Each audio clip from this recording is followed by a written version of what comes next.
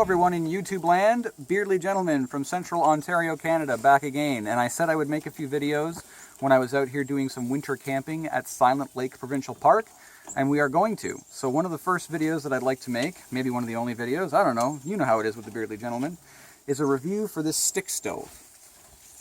So there's three pieces to the stick stove. There's the central chamber, there's sort of this cartridge here, and then there's your big pot for your water. We're going to try to make some tea right now. Now there is a bit of a twist to this stick stove, which is that, you'll see in a second, this cartridge actually has a little energy source in it that powers a small motor for a fan. So this one actually works really, really neat. So I wanted to show it off. This one's by, what's this one called there, Beardsman? Biolite. Biolite. This is by Biolite. This is the smaller size. There's a bigger one. Maybe we'll cover that later. We'll see. So we have our sticks because it is a stick stove. You can also use birch bark. We have several different sticks here, different sizes. You usually want to take just whatever deadfall you can find, break it up into about 10 centimeter segments, which for my American viewers, that's about between 3 and 4 inches, I believe. We have some eastern hemlock here. We have some white birch, even though this is kind of a reddy pink. White birch, when it's young, is kind of a reddy pink. What else do we have here? A few different conifers and whatnot. And then this is really, really helpful when you're trying to start any fire, especially a little fire here. This is what's called, on the floor, this is what's called fat wood. So fat wood is basically resin-soaked wood, usually from a conifer. It burns really, really well. It burns basically like a torch. We already have a couple pieces of fat wood in there, and we can come in here and have a see of the actual chamber. So I've basically just loaded it with all those sticks. Today I have a very gracious offer of a cameraman, which is a big deal for me. Usually it's hard even to get my wife to be my cameraman. So we get that fat wood going.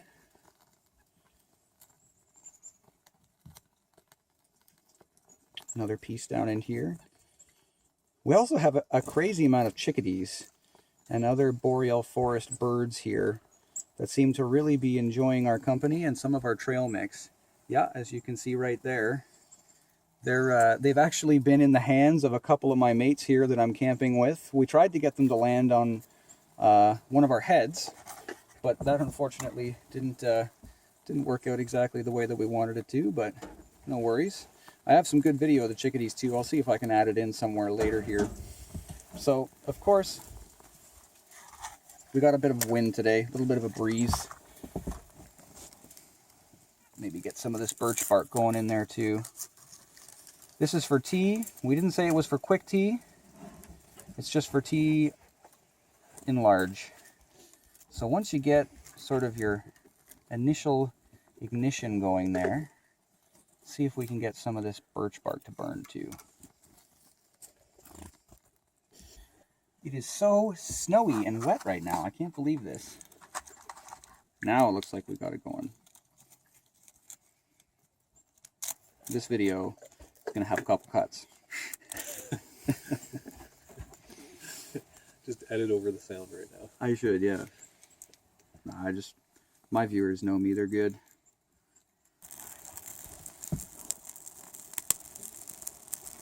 So after a little bit of mucking about with it, we finally have a fire going.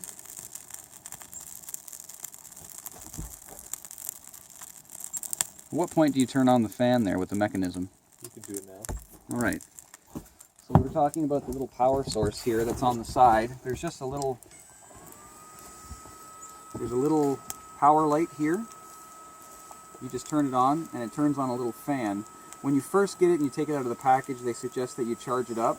But once it's charged up, the actual heat of the stove itself keeps it with some charge in it. So as long as you're burning things in it, it should be good for a whole weekend, or maybe even longer, without having to actually charge it up again. And once it's reached a certain heat as well, the fan will give you, there's a little thermistor, a temperature sensor in there, and the fan will give you an indication as to whether or not you can turn it up. And once you have it turned up, this thing really gets going. If we can get this on top, we should be able to get our Venturi effect going again.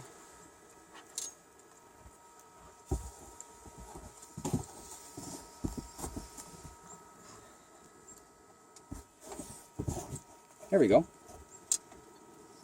And now we're cooking. We can get in here and see if we can have a little, not too close, but just a little look at the flame inside.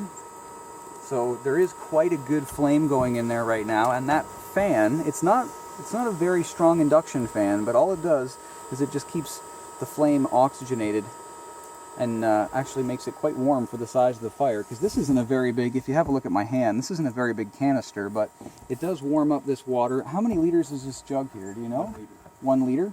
So it heats up this 1 liter of water relatively quickly for a stick stove setup. Alright folks, so we're back again. Trials of Canadian winter. As you can see, everything is covered in snow and it is quite cold, so it can be a little bit hard to get the kindling and everything else in there and the actual sticks going, but once you work at it a little bit, some birch bark, we went through a bunch of matches, you get it lighted again.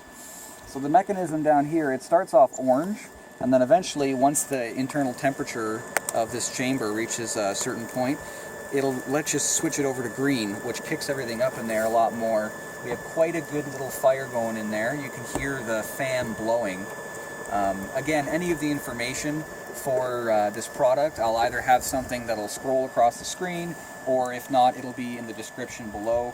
I usually try to look up and find local vendors that will sell it as well. If there's any outdoor stores or anything like that, I'll try to put a link to them. We have a few other stoves that are of similar make but a little bit different. If we get a chance, we'll get to them. Maybe not, but at this point, once it's going, and we can get the camera over here for a second, we'll have a look down in there. It is quite a warm, so we've got a good little fire going in there. And then basically all there is left to do is, once you have your little pile of sticks broken up, you just sit around, enjoy nature, enjoy all the birds we have here, and then you just keep feeding the stove until your water is boiled.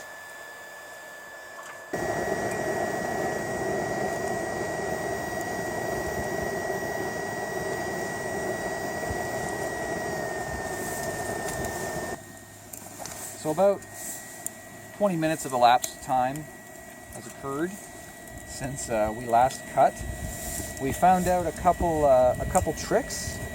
One is that this thing burns really quickly, so you can very easily outpace your fuel source.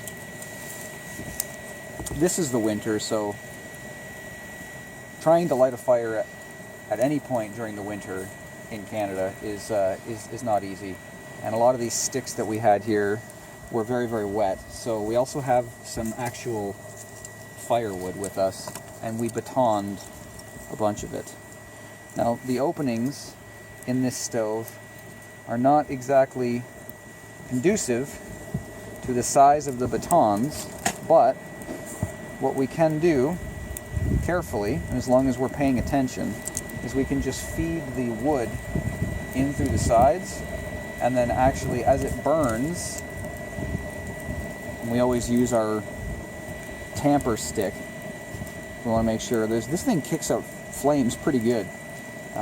We always want to make sure to use our tamper stick. You never want to put your hands anywhere near these holes, because you will get burnt, and that does not make a fun camping experience.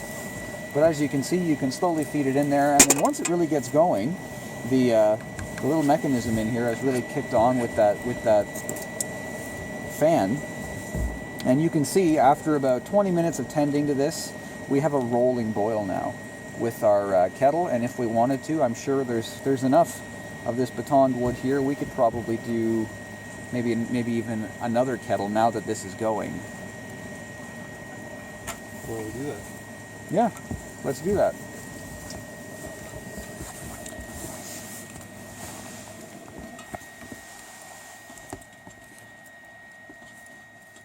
Fire is hot, fire is hot. How much is this kettle here? Like a half liter? Probably. So this is about 2 cups.